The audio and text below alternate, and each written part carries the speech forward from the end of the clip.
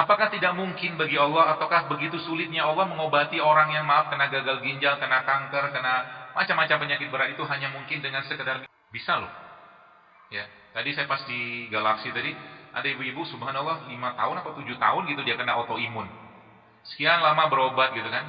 Dia mulai ikutin postingan-postingan saya tadi datang dan itu waktu autoimun dia terkena itu subhanallah ya nggak bisa hamil, tadi datang sudah hamil. Dan itu butuh waktu nggak lama. Dan nggak cerita, tapi mungkin dia less than 3 months lah, kurang 3 bulan mungkin sudah banyak perubahan di badannya. Kenapa?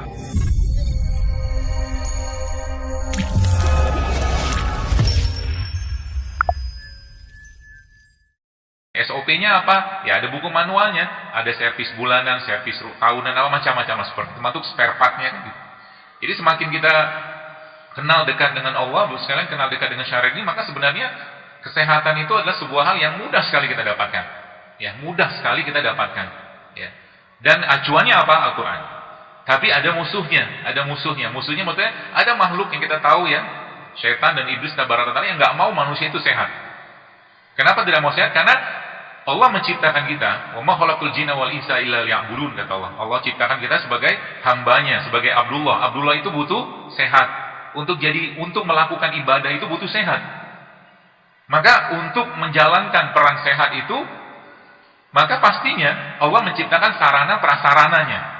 Ya, sarana prasarananya, dan itu kita bisa manfaatkan luar biasa. Ya, kalau kita mau melaksanakan itu dengan baik. Sebab apa? Kalau ibadah itu dikerjakan dengan sempurna, pahalanya pun sempurna. Kalau manusia jahil, makan berlebihan, sehingga akhirnya tulangnya bermasalah, dengkulnya bermasalah. Saya kadang-kadang nggak habis pikir lihat orang yang ibu-ibu terutama.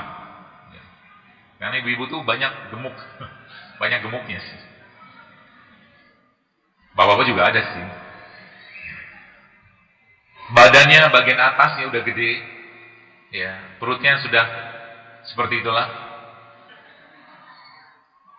Kemudian akhirnya dengkulnya sakit. Dengkulnya kan sakit.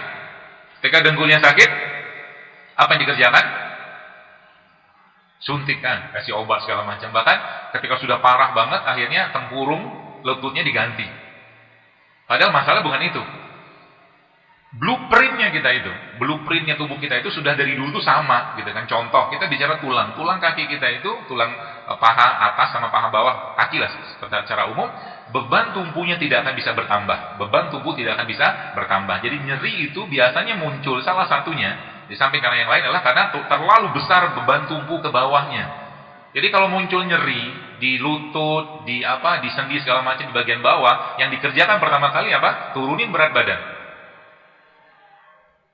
Turunin berat badan. Berat badan bisa bertambah gara-gara apa? Banyak makan.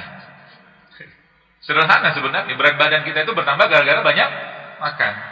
Maka Islam adalah agama yang sangat low budget dalam urusan hidup sehat. Ada mahasiswa pernah bertanya ke saya, dokter bagaimana caranya supaya saya bisa tetap hidup sehat dalam kondisi, kan mahasiswa, judulnya kan mahasiswa kan biasanya kan, ya you know lah, kiriman, segala macam seadanya. Saya bilang, wah justru malah mahasiswa itu gampang sekali, sering-sering aja puasa. Saya bilang, kalau lagi mau buka puasa, cari masjid yang ngasih takjil, hemat. Iya. Ya. Masjidnya sudah bikin kajian begini, jadi masjidnya pun nggak ngasih sirup lagi, tapi ngasih kunyit, kan gitu kan? Ngasih kurma, ngasih rebusan, nggak lagi gorengan. Kalau masjidnya sudah paham, ya. Meskipun tetap aja ngomong kayak begini berbuih-buih, tetap aja gorengan yang dikasih. Kemarin pas di Batam ada, pas sesi tanya jawab ada yang tanya. Yang nanya siapa coba? Abang gorengan. Jadi yang tanya abang gorengan. Dokter, setelah saya mengikuti kajian dokter, saya jadi berpikir nih, dia bilang menjual gorengan.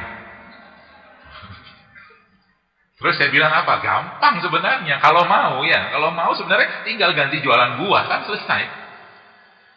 Dan yang sudah paham kayak begini, sudah insaf kayak begini, itu kan akhirnya mencari buah kan. Anda nggak tertarik lagi dengan gorengan. Sederhana itu gitu kan. Ada lagi yang kemarin ibu-ibu tak bapak-bapak dia kasih pertanyaan di kertas gitu kan, tulisannya, dokter setelah saya mengikuti kajian dokter gitu-gitu terus. Dia bilang, saya ini jualan kue. Kue itu isinya apa? Sehat nggak? Kenapa dimakan? Karena saya bilang gini ke mereka, saya bilang, Anda kalau bisnisnya kuliner, saya bilang, jangan bikin makanan, jangan bikin produk makanan yang orang dulunya sehat, sekarang sakit gara-gara makan produk Anda. Benar nggak? Iya lah, benar lah. Akhirnya gara-gara itu dia nanya kan, saya bilang ya, kalau itu mata pencaharian, jangan langsung stop. Karena dia bilang dia pengen langsung berhenti. Ya. Saya bilang jangan dulu, cari solusinya dulu pelan-pelan. Kita harus bijak juga. Ya. Kan banyak tuh sekarang pemanis yang sehat, ya, bukan pemanis buatan sih, ya, kayak madu, gula aren segala macam. Ada juga tepung-tepung yang sehat, ada mentega yang sehat, butter gitu kan, banyak sebenarnya, asal mau. Ya. Sekarang kita lihat dulu sekalian negara kita ini dengan begitu banyaknya penyakit, nggak selesai-selesai. Ya, dunia pengobatan atau mungkin saya sempat sekolah dokter 6 tahun dulu. Ya, 6 tahun kuliah dokter yang diajarin tentang pengobatan, nggak salah, tapi ada yang hilang di situ. 2 tahun atau 6 tahun itu cuma 2 SKS belajar tentang nutrisi. Belajar tentang nutrisi itu hanya 2 SKS selama 6 tahun coba. Sedangkan kata kuncinya di situ. Nutrisi kita sekarang ini yang tidak berimbang. Orang sudah tahu, maaf, makan sebulan mungkin nasi goreng. Nasi goreng sehat nggak? Kenapa susah jawabnya? Hah? Merasa bersalah. Nasinya dikasih minyak. Ya kan? Nasinya sendiri sudah gula. Gula nggak dipakai di badan karena badannya sudah berlebihan gula. Tanda berlebihan badan gula, tanda apa? Tanda tubuhnya berlebihan gula apa? Pegang aja pinggangnya, kalau banyak lipatan tuh banyak deposit. Ya, deposit yang nggak kepake. Nasinya digoreng, terus dimakan pakai telur. Telur apa? Protein. Protein dipanaskan di suhu 55 aja sudah sebagian rusak enzimnya. Belum selesai kan? Makan pakai bakwan. Minum pakai teh manis. Kalau mungkin bahasa Jawa tuh gitu kok jaluk sehat. Gitu loh. Sebenarnya petunjuknya udah jelas. Makanya banyak orang zaman sekarang, daftar haji tahun ini, nanti 10 tahun, 15 tahun lagi ketika mau berangkat, subhanallah nggak bisa berangkat gara-gara sakit. Nyesel lah, minta ampun loh. Makanya sering saya sampaikan, kalau kita udah paham konsep ini, maka kita akan nyeselnya luar biasa selama ini zolim sama badan. Udah tahu nggak sehat masih dimakan, namanya zolim. Betul nggak? Sekarang saya tanya, mie instan sehat nggak? Kenapa dimakan? Enak kan? Ya sudah, terima nasib itu kalau sakit. Kalau sudah tahu nggak sehat, nggak baik, masih dimakan, ya sudah, zolim namanya. Apalagi kata yang tepat untuk itu. Ya. Nanti kita akan belajar bagaimana cara memperbaikinya. Ya, insya Allah mudah sekali, bos sekalian, mudah sekali. Saya akan jelaskan toolsnya, softwarenya, aplikasinya apa yang kita bisa pakai. Ya. Dan semakin kita bisa manfaatkan ini, maka insya Allah tubuh atau kesehatan itu akan jadi sesuatu yang luar biasa gampang kita dapatkan. Ya. Tapi kata kuncinya tadi, ya, kita harus jadikan ini sebagai ketaatan kita. Kita harus jadikan ini sebagai rasa syukur kita. Jadi hidup sehat itu, ya, harus membuat kita lebih taat. Percuma minum madu, percuma minum habatus soda, percuma segala macam yang aktivitas sehat itu dilakukan kalau malam nggak bangun, ngaji nggak selesai 1 hari, sedekah begitu-begitu aja. Dari SMA, dari kuliah, dari menikah segala macam sedekah nggak pernah ada perubahan, misalkan. Ya. Apalagi kadang-kadang kencelengan lewat. Kencelengan lewat 2.000 tuh nggak perlu tutup-tutupin lah. Masukin aja lah. 100.000 oke lah tutup. Kalau 2.000 nggak perlu tutup-tutup lah. Semua juga orang kayak begitu 2.000. Ya. Itu nanti saya jelaskan. Ya, jadi kembalilah kepada Allah. Ya. Kembalilah kepada Allah. Kalau lagi sakit, yang dikerjakan pertama kali bukan ke dokter, bukan ke rumah sakit, kecuali emergensi sih ya. Bukan ke herbalis, bukan ke pembekam, tapi sholatlah dulu 2 rakaat, minta petunjuk kepada Allah. Itu dulu yang pertama kali kerjakan. Kenapa? Apa susahnya Allah menyembuhkan kita, Bapak sekalian? Begitu mudah Allah menyembuhkan. Cuman seringnya manusia lupa sama dia. Mobil Toyota kalau dibuat pasti ada spare part, pasti ada onderdilnya. Maka kita juga sama. Kalau kita manusia, ya, ada onderdilnya, ada suku cadangnya, ada aplikasinya. Maka manusia itu dikasih Allah aplikasinya. Aplikasi untuk hidup sehat, untuk menjalankan peran dia sebagai Abdullah dan Khalifah. Ya. Aplikasi pertama apa? Aplikasi atau software yang pertama adalah sholat. Kata Allah dalam Al-Quran, Ista'inu bis-sobri was-sholat. Jadikan sholat sebagai penolong. Jadi kalau sakit, kalau lagi ada masalah, lagi ada segala macam urusan, sholatlah. Sholat minta petunjuk sama Allah. Misalkan lagi sakit, apakah tidak mungkin bagi Allah, ataukah begitu sulitnya Allah mengobati orang yang kena gagal ginjal, kena kanker, kena macam-macam penyakit berat itu hanya mungkin dengan sekedar minum serai? Bisa loh. Ya, tadi saya pas di Galaksi tadi, ada ibu-ibu subhanallah 5 tahun atau 7 tahun gitu dia kena autoimun. Sekian lama berobat gitu kan. Dia mulai ikutin postingan-postingan saya. Tadi datang, dan itu waktu autoimun dia terkena itu subhanallah, ya nggak bisa hamil. Tadi datang sudah hamil. Dan itu butuh waktu nggak lama. Dia nggak cerita, tapi mungkin dia less than 3 months lah, kurang 3 bulan mungkin sudah banyak perubahan di badannya. Kenapa? Karena dia kembali ke produk ciptaannya Allah. Ya, produk ciptaannya Allah. Tools yang pertama adalah sholat. Ya, tools yang pertama adalah sholat. Sholat apa? Semua jenis sholat. Sholat wajib mau jelas. Bahkan kalau seandainya kita ikutin bagaimana pola-pola atau mungkin bagaimana petunjuk Nabi SAW, maka sebenarnya umat Islam itu adalah umat yang tidak boleh ada karies. Gak boleh. Umat Islam itu adalah umat yang tidak boleh ada plak gigi. Kok bisa? Baik. Apa kata Rasulullah SAW? Nabi bilang gini, kalau tidak memberatkan umatku, maka aku akan wajibkan mereka setiap habis berwudu mereka bersiwak. Oke? Kalau sholat wajib saja 5 kali, maka sudah 5 kali kita sholat. Ada hadis lagi lanjutannya. Kalau tidak memberatkan umatku, maka setiap mau sholat mereka aku akan wajibkan untuk bersiwak. Sudah 10 loh. Ini belum sholat rawatib. Total dalam sehari itu bisa 30 kali mungkin kita bersiwak. Dan bahannya pada odol itu semua ada pada siwak. Kayu siwak. Ya, silikanya ada, fluoride-nya ada, natriumnya ada, chloride, semua ada di situ. Sehingga kalau kita pelajari, termasuk salah satu sunnah kenabian adalah bersiwak. Itu baru siwak. Ya. Maka kalau kita tadi ikutin pola-pola itu sebenarnya banyak penyakit yang bisa hilang. Ya, gigi termasuk salah satunya. Jadi yang pertama software adalah sholat. Ista'inu bis-sobri was-sholat. Terutama sholat-sholat yang memang dikhususkan atau mungkin ada fadilahnya. Contoh, sholat malam. Ya, sholat malam. Kalau bisa Pak Bu, mulai sekarang jangan lagi kelewatan sholat malam. Kalau sekarang subuh jam 4 lebih 11 ya, bangunlah jam setengah 4 atau 4 kurang seperempat. Minimal sholat 2 rakaat atau 3 atau 4 rakaat. Witirnya ba'da isya boleh kok.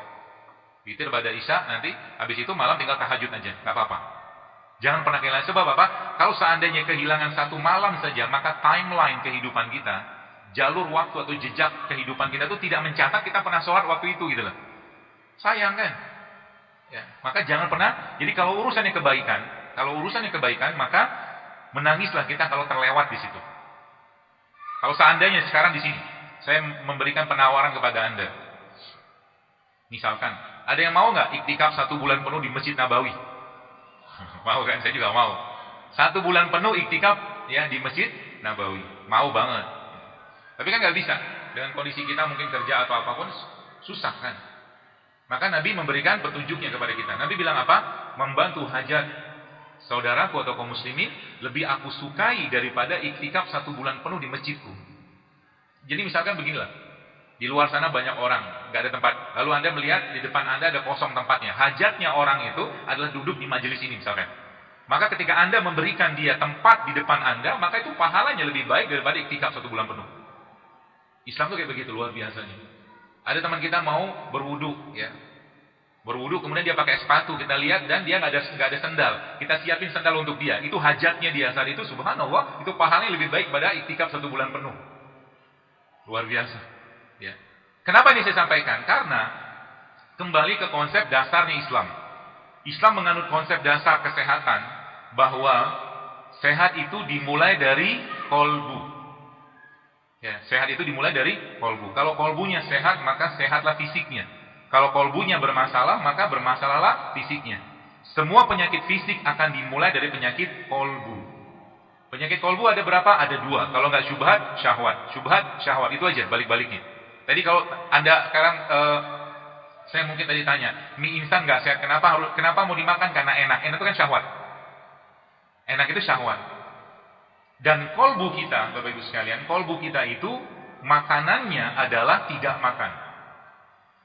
Jadi kalau mau fisiknya sehat, maka jangan banyak makan. Dan manusia sukanya makan. Kalau Anda atau saya jadi kasih pilihan untuk makan sama tidak makan, kita akan pilih makan. Nafsu kita ada di situ, pengen makan.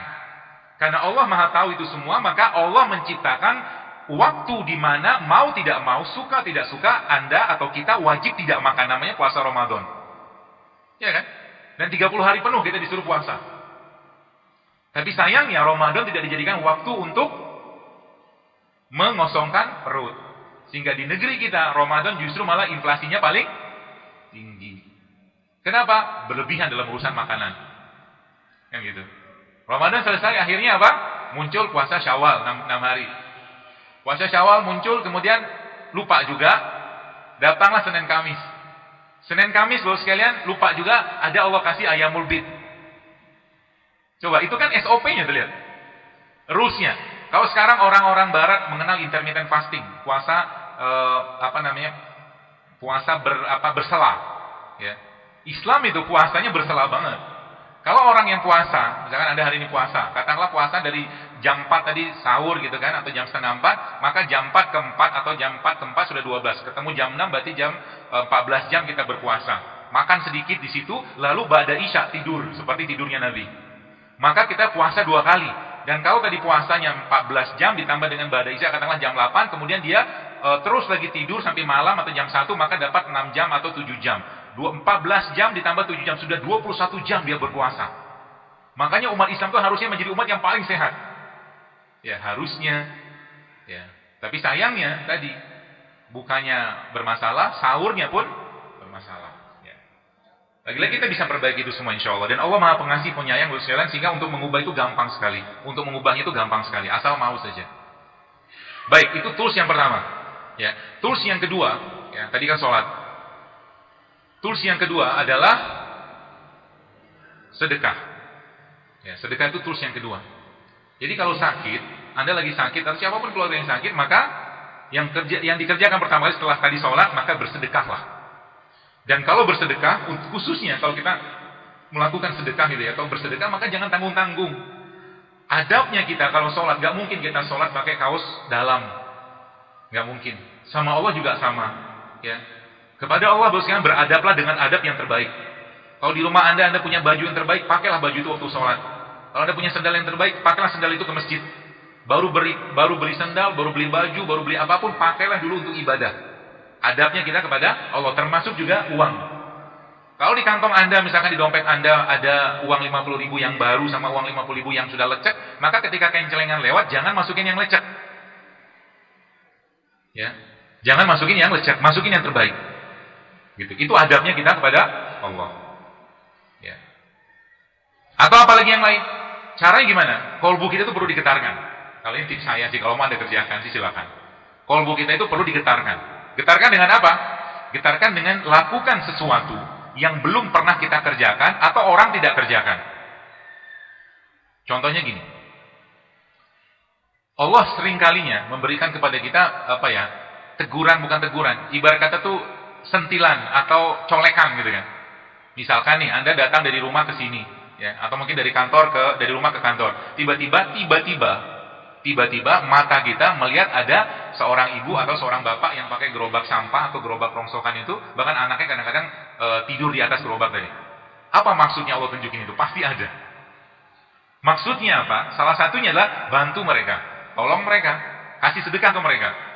Toh mereka juga nggak niat-niat, nggak mungkin juga niat gitu untuk begitu-begituan. Ya, jangan selalu bersangka yang aneh-aneh. Kalau kita kasih ke mereka, sebulan kita kasih 5.000, 10.000, paling mereka bilang terima kasih kan. Coba kasih ke mereka seluruh isi dompet Anda.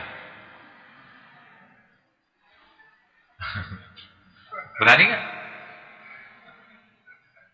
Kalau nggak berani, turunin dulu. Ya. Kasih mereka uang cukup banyak lah dari isi dompet Anda itu. Nanti lihat, doanya banyak.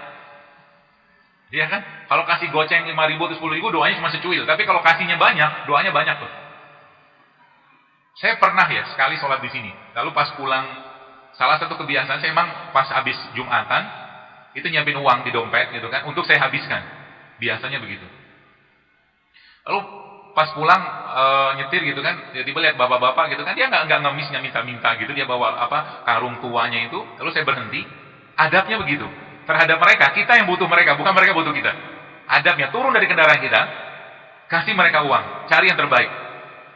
Saya kasih sama dia uang nggak banyak, coba semua 100.000. Cuman kata-kata dia itu membuat saya berlinangan air mata dan tidak nangis, tapi saya terharu banget. Kata-kata dia apa? Terima kasih Pak, saya bisa beli beras hari ini, dia bilang. Seru kan? Pernah juga kapan hari satu tempat itu saya lihat ibu-ibu gitu kan, dia bawa dorong gerobaknya gitu dengan anaknya tidur di tengah panas yang cukup terik loh sekalian. Apa yang saya kerjakan? Saya ambil uang, ada berapa gitu kan, 300-400 ribu gitu. Saya kasih dia. Habis saya kasih itu, apa yang tadi, lemes dia. Mungkin udah lama dia nggak pegang uang sebanyak itu kan. Tapi saat itu pintu langit terbuka untuk kita. Sensasi rasa yang kita dapatkan saat itu bagus sekalian ya. Maksudnya gini, perasaan yang kita dapatkan atau kita keluarkan saat mengeluarkan uang 2.000 itu harus sama saat kita mengeluarkan uang 100.000. Tidak boleh berbeda. Sedemikian mudahnya kita mengeluarkan uang 2.000 itu sama juga dengan kita mengeluarkan uang 100.000 atau lebih banyak. Saat itulah kita sudah berlepas diri dari dunia. Ya, sudah berlepas dari dunia. Kita nggak butuh dunia, kita butuh Allah aja. Dan pasti Allah akan ganti, tenang aja. Pasti Allah akan ganti. Pernah juga satu hari ini saya bicara supaya Bapak Ibu mudah-mudahan terinspirasi ya, tidak ada maksud ujub atau apapun. Saya pernah suatu hari pengen beli jam. Jam itu cukup mahal harganya untuk saya. Tapi saya ngerti ya, namanya Allah begitu mudah kalau mau kasih kan. Jam itu saya lihat di sebuah mall, saya bilang sama Allah, ya Allah tolong murahkan jam ini untuk saya. Saya bilang gitu sama Allah. Lalu, tidak lama kemudian jam itu bisa saya beli. Dan bangga banget kan, bisa beli sesuatu yang kita inginkan gitu kan. Tak lama kemudian, ya singkat cerita gitu lah. Saya ngisi acara di suatu tempat, di Lampung kalau nggak salah. Lalu saat itu saya sholat duha, lagi nunggu panitia mau jemput, di samping saya itu ada supir taksi. Ya, samping saya itu ada supir taksi dan lagi sholat duha juga mungkin. Saya sudah selesai sholat duha saya dan selesai duhanya dan saya baca Quran. Dan saat itu Allah bicara dengan saya. Allah bicara seperti apa? Jadi Allah bicara dengan Quran maksudnya. Allah bilang gini, dan engkau tidak akan sampai pada kebajikan yang sempurna hingga engkau menginfakkan apa yang paling kau cintai. Jackpot kan? Ya berkata ya itu banget, mau nguji nih gitu kan. Saya bilang sama Allah dalam doa saya, ya Allah saya nggak cinta jamnya, saya nggak suka jamnya. Ya sudah saya bilang. Saya kasih jam, saya buka jam itu tadi. Saya buka benar-benar. Ya, saya kasih dia, sama saya ambil uang di ATM, cukuplah untuk dia mungkin hidup berapa hari gitu kan. Ya. Dia nggak tahu itu jam cukup mahal. Dan itu saya kerjakan berkali-kali. Supaya apa? Jangan pernah ada dunia di sini. Di hati kita jangan pernah ada dunia. Ya, jadi kalau kencelengan sekarang lagi lewat, jangan yang paling rendah nilainya yang Anda masukin. Paling gede sekalian. Termasuk banyak orang yang lupa. Banyak orang yang belum tahu salah satu yang saya sangat suka adalah ngasih makan atau traktir makan orang. Makanan kalau kita makan, ya, ini kan poin kedua nih sedekah. Makanan yang kita makan dulu sekalian akan masuk ke badan kita dan sebagian akan menjadi daging, otot, darah kan gitu. Sebagian dikeluarkan jadi kotoran. Jadi ketika Anda memberikan makan ke seseorang, ya, maka makanan tadi akan menjadi bagian dari badannya. Pasca atau saat setelah Anda ngasih makan tadi ke dia, maka itu akan jadi argonya Anda dalam badannya dia. Paham maksudnya? Jadi maksudnya semua amal dia yang dia kerjakan amal baiknya, pasca dia makan makanan tadi, Anda kecipratan pahalanya. Maka jangan pernah mau ditraktir. Apalagi Anda mentraktir orang soleh. Jangan pernah mau. Anda yang bayarin, sebab rugi kalau enggak. Artinya pasca dia makan tadi dan makan itu menjadi bagian dari tubuhnya, maka Anda dapat pahala loh. Kita dapat pahala dari aktivitas amal dia insya Allah. Seperti itu, amal jari yang luar biasa. Maka ada salah satu syekh itu saya pernah baca itu, dengar satu kajian itu, dia di Saudi itu dia masih makan tiap hari seumur hidupnya. 600 orang di siang, 600 orang di malam hari, paket makanan. Tiap hari kayak begitu. Ya luar biasa. Sedekah. Ya maka kalau untuk Allah kasih yang terbaik. Termasuk juga ketika Anda umroh atau haji, ya. Itu kan sedekah kita sama Allah. Kalau lagi haji atau umroh Anda punya dana cukup, jangan pilih haji atau umroh yang murah. Kalau bisa nanti pesawatnya sekalian bisnis toh, itu kan sedekah kita untuk Allah, pasti diganti. Jangan khawatir. Ya. Jangan pelit sama Allah. Jangan pelit sama Allah. Orang baik itu adalah orang yang ketika dia diminta, dia ngasih, Itu orang baik. Tapi orang yang karim, orang yang karam, ya orang yang mulia, itu orang yang tidak minta orang dia kasih. Ada teman kita datang ke rumah kita, ya, cuman berkunjung doang, pulangnya kita samuin buah-buahan misalkan, itu karim. Orang yang karam, mulia, dermawan. Ya. Seperti itu. Itu yang kedua. Salat, sedekah, puasa. Ya. Yang terakhir, yang ketiga itu puasa. Toolsnya itu puasa. Kalau kita perhatikan Bapak sekalian, bagaimana Allah Subhanahu wa taala melalui Rasulullah SAW menjelaskan kepada kita semua tentang dahsyatnya bagaimana kebiasaan Nabi. Ya. Nabi SAW ya manusia yang tidak pernah kenyang. Rasulullah tidak pernah kenyang seumur hidupnya. Tapi penyakit kita zaman sekarang justru malah sering banyak yang makan untuk kenyang. Maka diubah polanya. Makan kita bukan untuk kenyang, tapi makan kita untuk memenuhi kebutuhan badan. Ususnya kita, kaum muslimin ini cukup untuk 7. Jadi satu makanan kita itu cukup untuk 7 usus, kata Rasulullah. Orang-orang kafir satu ususnya dia satu makanan untuk satu. Jadi satu makanan satu orang, tapi kita satu makanan 7 usus itu berkahnya luar biasa. Ya. Maka salah satu toolsnya adalah berpuasa. Ya. Dan secara saintifik itu puasa adalah cara yang paling baik untuk membersihkan badan. Puasa adalah cara yang paling baik untuk membersihkan badan. Ya. Sebagaimana ibadah yang lain, kalau kita sudah pergi haji atau umrah, maka kita juga harusnya suka dengan ibadah atau mungkin menikmati dengan ibadah. Kalau kolbu kita sudah terasah, maka kita akan menikmati ibadah. Kita akan lebih menikmati ibadah itu daripada makanan yang sehat. Ya. Maksudnya begini. Kalau Anda atau mungkin kita disajikan makanan ya, satu piring makanan yang sehat, kita suka banget dengan makanan tadi. Nanti kalau kita sudah terbiasa dengan menjaga kolbu, kan kolbu makannya tidak banyak makan. Tidak banyak makan dan lebih banyak berpuasa itu lebih baik untuk kolbu, maka satu piring yang isinya sabar, ikhlas, tawadu, pemaaf, jujur, kasih sayang, jauh kita lebih butuhkan dan kita inginkan daripada satu piring makanan sehat sedunia. Itu maksudnya. Ya. Kolbu itu dia butuh lebih banyak kebaikan. Dia butuh lebih banyak kebaikan. Maka lakukan kebaikan terus-menerus, jangan pernah putus. Ya. Termasuk salah satunya adalah puasa. Kemudian yang keempat, ya, softwarenya tanda kutip adalah Al-Quran. Bolehkah kita membaca Al-Quran untuk niat sebagai kesembuhan atau minta sembuh dari Allah? Boleh. Karena memang janji Allah di situ. Allah sampaikan dalam surah Al-Isra, "Wa nunazzilu minal Qur'an ma huwa syifaa'un wa rahmatul lil mu'minin." Kata Allah, kami jadikan Al-Quran sebagai penyembuh. Ya. Bagaimana caranya membaca Al-Quran? Atau bagaimana caranya agar kita merasakan getaran-getaran Al-Quran? Maka caranya tidak lain tidak bukan jadikan kita larut hanyut dalam bacaan tadi. Sebagaimana orang-orang yang berhingar-bingar dengan musik-musik mungkin di diskotik atau mungkin di klub-klub di sana, ya, dan mereka merasakan kenikmatan, kita kaum muslimin harusnya juga merasakan kenikmatan dengan mendengarkan Al-Quran. Maka kalau Anda jogging, jangan putar musik, tapi putar Quran di telinganya. Kalau Anda lagi masak, putar Quran di situ. Ya. Lagi ngapain, nggak ngapain, putar Quran. Ya, yang luar biasa lama-lama kayak begitu, lama-lama hafal sendiri. Sebagian besar dari kita hafal Yasin. Ya kan? Kenapa bisa hafal?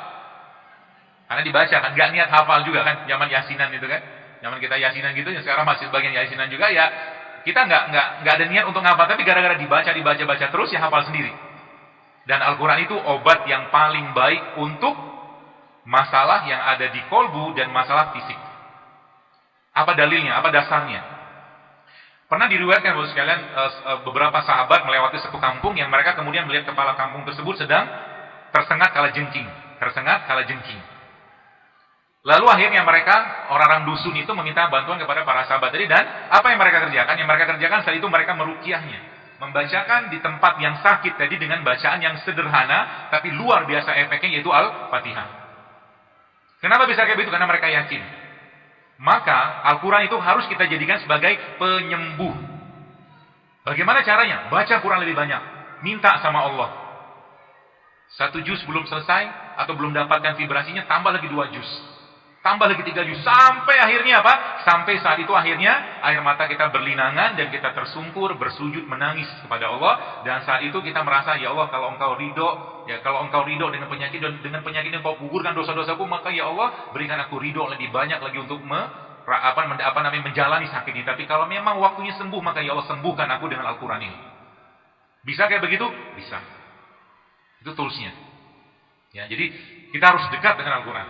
Ya. Dan Al-Quran sebagaimana musik memberikan vibrasinya, Al-Quran juga memberikan vibrasinya. Mungkin Bapak Ibu sekalian ada banyak dari sini yang suka dengan reciter atau pembaca Quran atau para hufaz-hufaz dengan nada-nada mereka. Ya, dia punya nada itulah yang membuat kita itu tergetar. Ya, maka dekatlah dengan Al-Quran sebagai obat yang paling baik.